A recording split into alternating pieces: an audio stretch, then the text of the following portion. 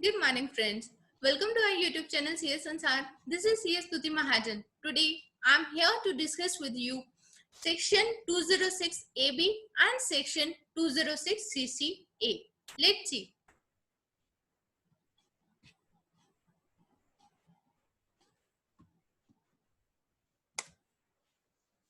Sections 206 AB and 206 CCA of Income Tax Analysis, Applicability and FAQs.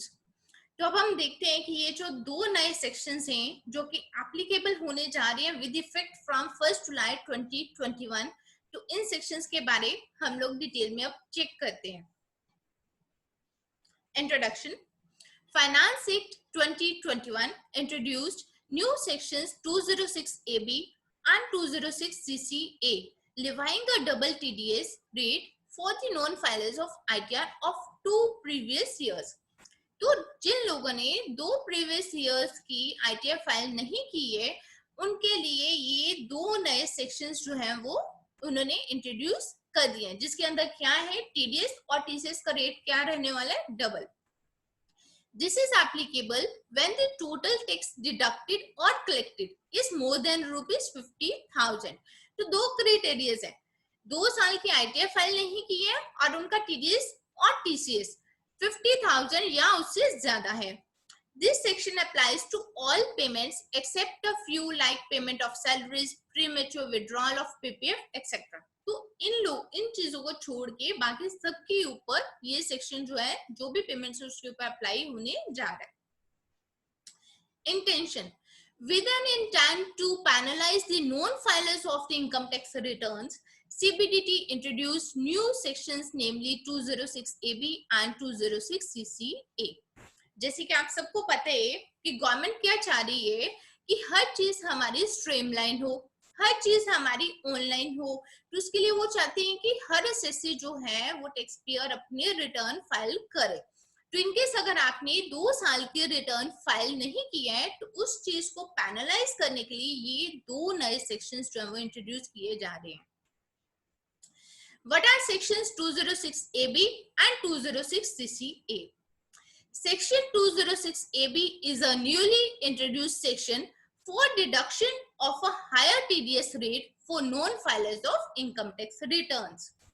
अगर income tax की return आपने file नहीं की है तो उस केस में आपका टीडीएस जो है हायर रेट के ऊपर डिडक्ट होगा. Similarly, section 206 CCA is newly introduced for tax collection at higher rates on payment made to a specified person. अगर आपने कोई स्पेसिफाइड पर्सन को कोई पेमेंट की है और आपने 2 साल की रिटर्न फाइल नहीं की है तो उस केस में टीसीएस जो आपका लगाया जाएगा वो हायर रेट के ऊपर लगाया जाएगा. अब हमने इसके अंदर एक वर्ड यूज किया, स्पेसिफाइड पर्सन. अब आपके ध्यान में आ रहा है कि स्पेसिफाइड पर्सन कौन है, तो उसको हम आगे चल के उसको भी चेक करेंगे. What are these provisions? When are these provisions applicable? The Union Budget 2021 introduced new sections 206 AB and 206 CCA applicable from 1st July 2021. तो ये दोनों सेक्शंस हमारे पास जो हैं ये एप्लीकेबल होने जा रहे हैं with effect from 1st July 2021. That is why इस समय जो इंडस्ट्री की टॉक ऑफ दी आ रहा है वो यही है कि ये दोनों सेक्शंस जो है ये अप्लाई कैसे करवाए जाएंगे. तो इसको कैसे अप्लाई करना है वो भी हम देखते हैं आगे. What is the rate at which TDS or TCS will be deducted? As per the new section 206 AB, any person making payment to a specified person. Again हमने वर्ड क्या यूज किया, specified person.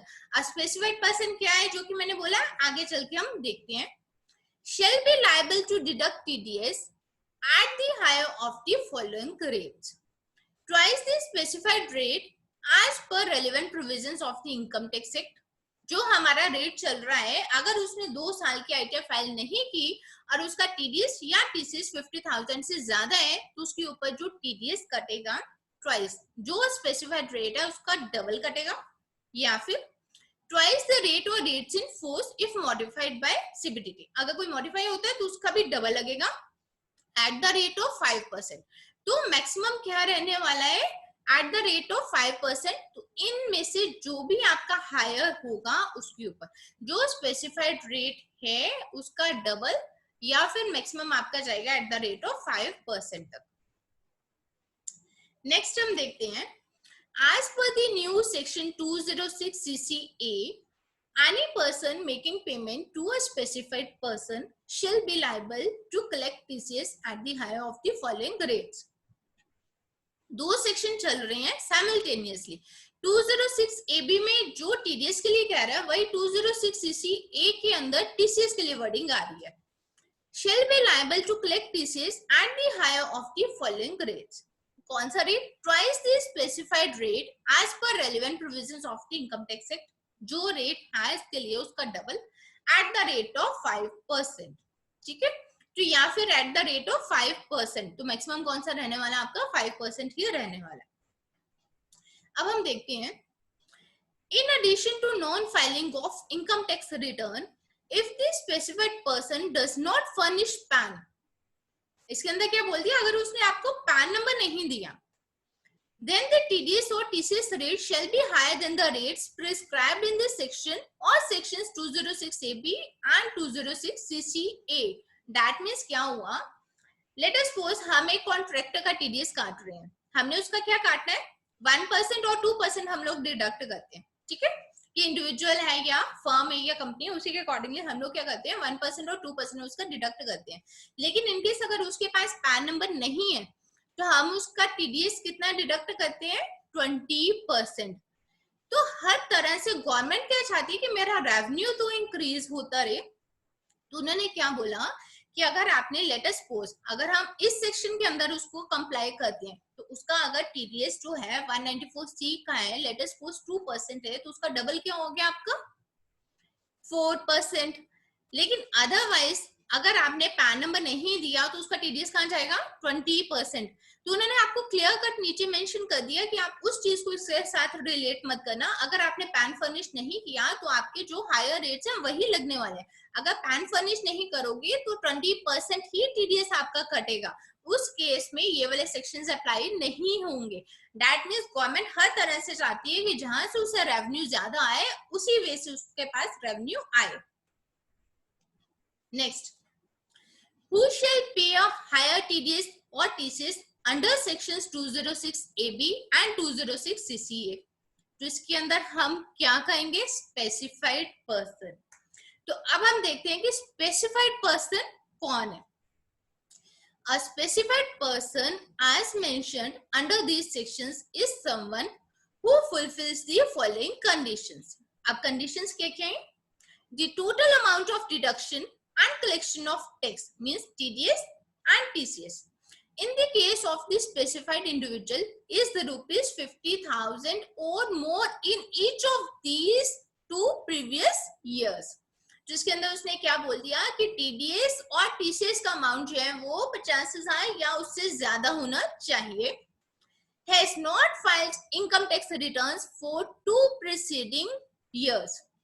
और 2 साल की उसने return file नहीं की हो। अब इस केस में आज क्योंकि हमें पता है कि ये सेक्शंस जो है एप्लीकेबल होने जा रहे हैं 1 जुलाई 2021 को, तो उसके लिए 2 प्रीसीडिंग ईयर्स हम कौन से कंसीडर करेंगे? Financial 2018-19 and financial 2019-20।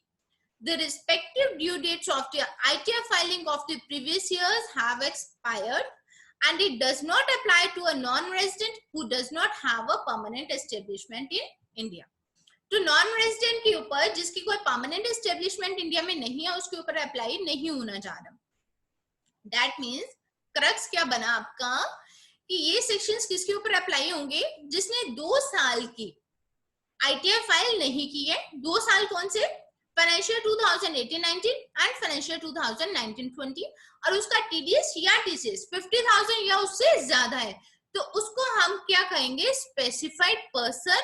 और उन स्पेसिफाइड पर्संस के ऊपर ये दोनों सेक्शंस जो हैं वो एप्लीकेबल होंगे। अच्छा, अब इसके अंदर हमने क्या बोला कि स्पेसिफाइड पर्संस जिस टाइम पे ये सेक्शंस आए तो जैसे ही हम लोगों ने पढ़ा तो इसके अंदर क्या आ रहा है? 2 मेजर पॉइंट्स है। एक तो हमने क्या बोला कि 2 साल की ITR उसने फाइल नहीं की है और नेक्स्ट हमने बोला उसका टीडीएस और टीसीएस जो वो 50 है या उससे ज्यादा है। अब पॉइंट ये आया, लेट अस सपोज मुझे किसी का टीडीएस डिडक्ट करना है, ठीक है। अब मुझे कैसे पता लगेगा कि उसने रिटर्न फाइल की है या नहीं की है, ये एक पॉइंट हमारे पास निकल के आ रहा था। तो उसके लिए डिपार्टमेंट ने क्या किया है, एक सर्कुलर रिलीज किया है जिसके अंदर उन्होंने कंप्लायंस चेक फंक्शनैलिटी के बारे में उन्होंने एक ऑप्शन जो है ये हमें दे दी है। तो अब हम देखते हैं कि कंप्लायंस चेक फंक्शनैलिटी क्या है। CBDT issues functionality to verify whether the vendors have filed tax return for compliance of section 206AB and section 206CCA। तो हमें इन सेक्शंस की कंप्लायंस के लिए हमें क्या चेक करना है कि आपके वेंडर ने 2 साल की ITF फाइल की है या नहीं की है। तो उसके लिए आप वेंडर को पूछने की जगह आप क्या करेंगे, अपने सिस्टम के अंदर वहां पर उन्होंने आपको ये compliance check functionality income tax की साइट के ऊपर आएगी। तो उसके अंदर आप क्या करोगे, वहां पे आप उसको डालकर पैन नंबर डालकर आप चेक कर पाएंगे। आप पैन नंबर डालेंगे अपने वेंडर का, वहां पे उसका स्टेटस आ जाएगा कि उसने 2 साल की ITF फाइल की है या नहीं की है। दैट मीन्स कि वो स्पेसिफाइड पर्सन की कैटेगरी में आ रहा है या नहीं आ रहा। अगर वो स्पेसिफाइड पर्सन है तो आप उसका जो टीडीएस है या टीसीएस है आप हायर रेट के ऊपर उसका डिडक्ट करेंगे। और अगर वो स्पेसिफाइड पर्सन नहीं है तो आप नॉर्मल वे में जैसे कर दिए वैसे ही करेंगे।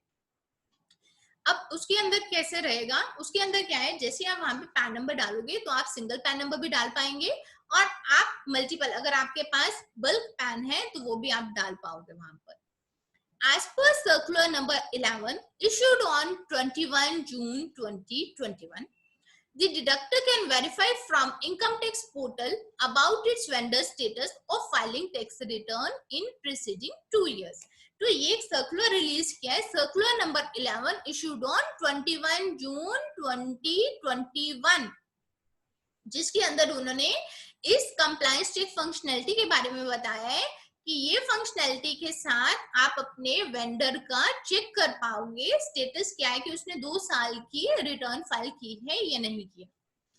Further, it has been clarified that preceding 2 previous years for financial 2021-22, अभी हम किस में है, financial 2021-22 के अंदर, shall mean financial 2018-19 and financial 2019-20। तो उन्होंने क्लियर कर दिया कौन से 2 साल हम कंसिडर करेंगे, 18-19 और 19-20 financial years। The name of specified persons who have not filed tax returns uploaded at the beginning of the year by CBDT will be valid for the entire financial year as no further addition will be made to this list।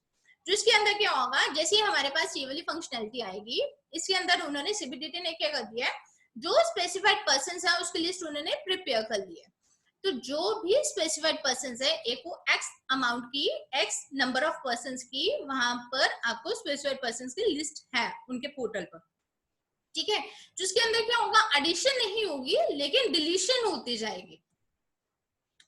However, deletion will be done by CBDT in case any specified person in the list files its tax return। Let us suppose उसने 2 साल की return file कर दी है तो उसकी deletion होती जाएगी, वो स्पेसिफाइड पर्सन की कैटेगरी से एग्जिट हो जाएगा। This will now make compliance of section 206AB and 206CCA much easier as it will be one time exercise of verification in the beginning of the year of all vendors। तो आपको क्या करना है, practically क्या करना है, आपको सिर्फ चेक करना है कि इसने, आपके वेंडर ने 2 साल की ITF फाइल की है या नहीं की है। आप क्या करोगे, at the beginning of the year one time exercise करोगे। लेट अस सपोज आपके पास 10,000 वेंडर्स हैं, आप क्या करोगे, 10,000 के पैन नंबर चेक करेंगे। उसके अंदर आपने क्या देखा कि बाकी सभी तो आपके स्पेसिफाइड पर्संस जो है वो नहीं आ रहे हैं, लेकिन 10 जो वेंडर्स हैं वो ऐसे जो कि स्पेसिफाइड पर्सन की कैटेगरी में आ रहे हैं। तो आपको बाकी जितने वेंडर्स हैं उसके लिए आपको ड्यूरिंग द ईयर बार बार चेक नहीं करना है, आपको उसके ऊपर नॉर्मल रेट ऑफ टैक्स ही अप्लाई करना है टीडीएस और टीसीएस के लिए। लेकिन जो बाकी के जो 10 पर्संस हैं, जो आपके 10 वेंडर्स हैं जो कि स्पेसिफाइड पर्सन की कैटेगरी में आ रहे हैं, उसके लिए आपको हर बार चेक करना है कि ताकि अगर वो स्पेसिफाइड पर्सन की कैटेगरी से निकल गया है तो आप उसका टीडीएस और टीसीएस नॉर्मल रेट के ऊपर डिडक्ट कर पाए। Then It is to be noted that this new requirement of section 206AB and 206CCA are not applicable to non-resident except when a non-resident has a permanent establishment in India. अगर उसकी permanent establishment है तभी आप उसके ऊपर non-resident के ऊपर apply करेंगे ये sections, otherwise non-resident के ऊपर ये sections अप्लाई नहीं होंगे. Thus, in the case of non-resident, a declaration that it does not has a PE will still be required in case it has not filed its tax return. Next, summary. तो इसको हमने summarize किया है. Under section 206AB and 206CCA, the deductor has to verify if the vendor has filed the return of income for the previous 2 years. तो सबसे पहले first step क्या आया? आपको इस समय टॉक ऑफ द आवर क्या है, ये सेक्शंस 1 जुलाई से एप्लीकेबल होने जा रहे. तो सबसे पहले आपको क्या करना है, आपको अपना बेस केस तैयार करना है कि आपके जो वेंडर्स हैं उन्होंने रिटर्न ऑफ इनकम जो है आईटीआर फाइल की है या नहीं की है 2 साल के, आपको ये चेक करना है. If not, a higher rate of TDS will be applicable for that particular vendor. अगर नहीं की, आप एक लिस्ट बनाओ, इन्होंने कर दी, इन्होंने नहीं की. अगर तो कर दी है तो नॉर्मल रेट ऑफ टैक्स चलेगा, अगर उन्होंने नहीं की तो हायर रेट ऑफ टीडीएस उसके ऊपर एप्लीकेबल हो जाएगा और उनके ऊपर 206AB या फिर 206CCA सेक्शंस जो है वो एप्लीकेबल हो जाएंगे. The income tax and CBDT have enabled a new feature and clarified as follows. A new feature called compliance check for section 206AB and 206CCA will be enabled on the IT website. तो ये 2 sections के लिए जो compliance check functionality ये आपके पास enable हो जाएगी income tax की वेबसाइट के ऊपर ही. The IT department has already complied the list of persons who have complied with the provision as before every compliance date. Means जो specified persons है उसके लिस्ट ऑलरेडी वहां पर IT डिपार्टमेंट के through उनके पास इनकम टैक्स की website के ऊपर ऑलरेडी ये आ चुकी हुई है. The deductor needs to check if the vendor has complied by feeding the PAN number. आपको वहां पे PAN नंबर अपना डालना है और आप वहां पे चेक कर पाएंगे कि उसका स्टेटस क्या है, वो स्पेसिफाइड पर्सन की कैटेगरी में आ रहा है या नहीं आ रहा. If it is confirmed the vendor has complied, it is enough if the deductor has noted the compliance once for each financial year. It need not be checked before each transaction if he has complied. आपको सिर्फ once starting में आपको check करना है. अगर आपने confirm कर लिया कि आपका वेंडर जो है वो स्पेसिफाइड पर्सन नहीं है तो पूरा साल आपका वेंडर जो है वो स्पेसिफाइड पर्सन नहीं रहेगा. लेकिन where a vendor has not complied, the deductor will check before each transaction as the vendor will move out of the specified person's list only after compliance. अगर आपका वेंडर स्पेसिफाइड पर्सन के list में है तो हर transaction के साथ उसको check कर लो कि हो सकता है कि बीच में उसने 2 साल की आईटीआर भर दी है और वो स्पेसिफाइड पर्सन के लिस्ट में से निकल गया. Belated returns will also be valid compliances to be removed from the specified person list if it is filed within the belated due date. अगर उसने belated return भी फाइल कर दी है तब भी आप उसको स्पेसिफाइड पर्सन के लिस्ट से निकाल दो. अब कुछ FAQs आए हैं उसको हम चेक करते हैं. What happens if it is not deducted? The income tax law revised penalties for non-compliance with the TDS provisions under section 201A. Also, late filing of TDS returns will be penalized.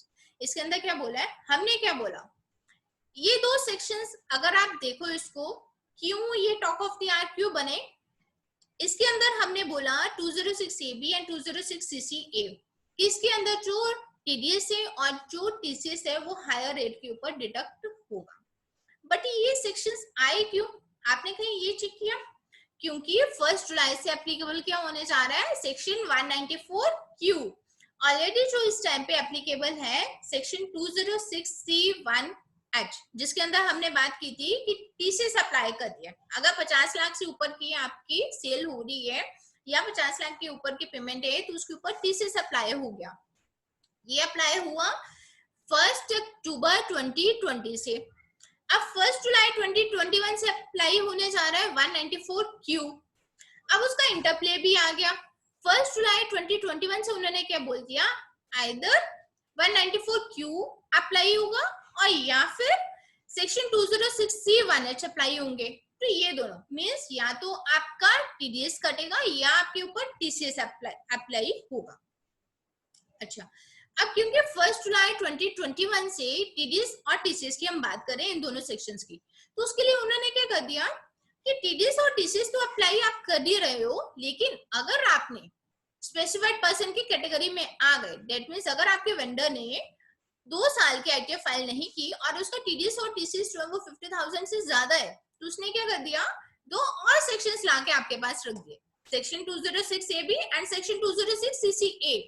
Means आपको TDS और TCS तो apply करना ही है 1 जुलाई 2021 से, लेकिन अगर आपने 2 साल की आईटीएफ फाइल नहीं की तो उसको पेनलाइज भी कर दो, उसका टीडीएस का रेट बढ़ा दो, उसका टीसीएस का रेट बढ़ा दो।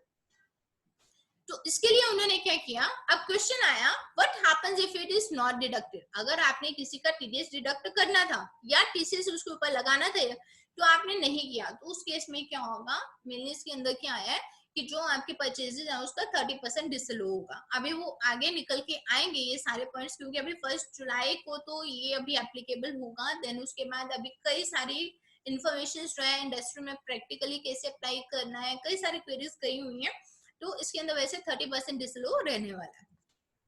Then what if the tax deductee has filed ITR for 1 year instead of 2। अब हमने क्या बोला, स्पेसिफाइड पर्सन कौन है, जिसने 2 साल की आईटीआर फाइल नहीं की है। अब वो कह रहे हैं अगर उसने 1 साल की आईटीआर फाइल कर दी और 1 साल की नहीं की, तो as per section 206 AB a higher TDS rate will be deducted for the specified person। specified person कौन होगा, जिसने 2 साल की आईटीआर फाइल नहीं की है। अगर उसने एक की कर दी, एक की नहीं की, तो वो स्पेसिफाइड पर्सन ही नहीं रहा। तो उस केस में हम क्या करेंगे, a specified person is defined as a person who has not filed ITR for 2 preceding years and the total TDS or TCS deducted in each year is more than or equal to rupees 50,000। Hence, if the deductee has filed ITR even for 1 year, section 206 AB will not apply। उसके अंदर उसने क्या बोल दिया, अगर वो 2 साल की अगर उसने ITR फाइल नहीं की, तो तभी वो स्पेसिफाइड पर्सन है, तभी सेक्शन 206 AB और सेक्शन 206 CCA की एप्लीकेबिलिटी बनती है। अगर उसने 1 साल की फाइल कर दी, 1 साल की फाइल नहीं की, तो उस केस में वो स्पेसिफाइड पर्सन नहीं है। अगर वो स्पेसिफाइड पर्सन नहीं है तो उसके ऊपर सेक्शन 206 AB या फिर सेक्शन 206 CCA की एप्लीकेबिलिटी नहीं बनेगी। Then do sections 206 AB and 206 CCA apply if TDS or TCS by the tax deductee is less than rupees 50,000। अगर वो कह रहा है कि TDS और TCS जो है वो 50,000 से कम है, तो क्या ये सेक्शन अप्लाई होंगे। तो थ्रेशोल्ड क्या है उसके अंदर हम क्या देखेंगे, ट्रिगरिंग पॉइंट आपका इन दोनों सेक्शंस के लिए ट्रिगरिंग पॉइंट आपका क्या है, 2 साल की आईटीआर और 50,000 या उससे ज्यादा टीडीएस और टीसीएस उसका डिडक्ट हुआ होना चाहिए। अगर दोनों में से एक भी कंडीशन आपकी फुलफिल नहीं हो रही है, तो आपके ऊपर ये 2 सेक्शंस की एप्लीकेबिलिटी बन ही नहीं सकती है। तो आपको सिंपल से चेक कैसे करना है, आपको चेक करना है वेंडर ने 2 साल की आईटीआर फाइल की है, अगर उसने फाइल 1 साल की फाइल की है, 1 साल की नहीं की तो नहीं बनता, सीधा सा आपको चेक करना 2 साल की है। अगर 2 साल की है तो आप चेक करो उसने टीडीएस और टीसीएस उसका 50,000 या उससे ज्यादा है तो बनता है। अगर उसका टीडीएस या टीसीएस 50,000 से कम है तो ये 2 सेक्शंस की एप्लीकेबिलिटी बनती ही नहीं है। तो अब जो नेक्स्ट पॉइंट है, अब ये तो हो गया, ये सारे सेक्शंस इस तरह से एप्लीकेबल होंगे। अब हमें इसके लिए, क्योंकि 1 जुलाई 2021 आने वाली है, तो इसके लिए हमारा सबसे पहले बेस वर्क क्या रहने वाला है कि हमें अपने वेंडर्स की लिस्ट जो है उसको कट शॉर्ट करना है कि कौन से ऐसे वेंडर्स हैं जो कि हमारे स्पेसिफाइड पर्संस की लिस्ट में आ रहे हैं, ताकि उसको अलग कर लो, ताकि उसके ऊपर ये 2 सेक्शंस आपको अप्लाई करनी है। इनकेस अगर आप अप्लाई नहीं करते तो आपको पता है कि आपकी जो परचेज है वो 30% तक आपकी डिसलो होने वाली है। तो इसलिए ये 2 सेक्शंस की एप्लीकेबिलिटी जो है बड़े ध्यान से आपको करनी है। तो इनकेस, क्योंकि कई सारी क्वेरीज आई हैं, तो इनकेस अगर कोई और भी आपकी क्वेरी है तो आप मुझे पोस्ट कर सकती हो, तो उसका 1-to-1 भी मेरे से पूछ सकती हो जो भी आपकी क्वेरीज हैं। So this is all for today. Thank you for watching this video. Please subscribe to our YouTube channel CS Ansar. Till then, keep following CS Tuti Mahajan, CS Ansar. Thank you.